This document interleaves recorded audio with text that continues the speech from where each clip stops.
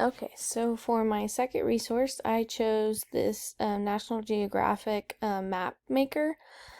I thought this was really cool for like a social studies class. You can essentially choose anywhere in the world.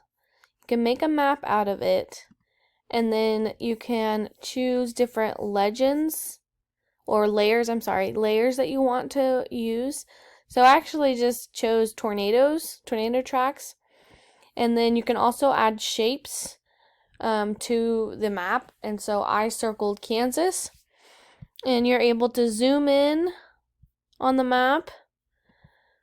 And I can just zoom in to where actually I live, which is Sterling, Kansas.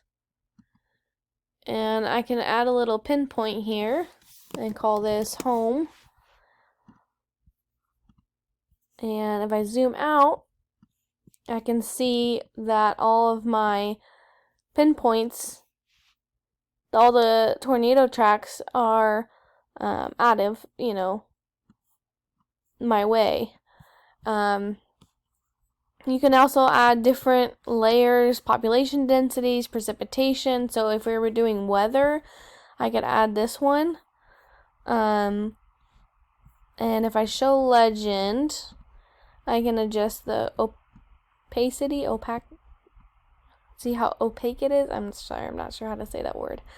And so yeah, I could just do that. I can make this one more opaque, less opaque, hide legend. So there you have it. A resource to, you can see that on this side of the map of Kansas, it has more precipitation than, say, the western part of Kansas.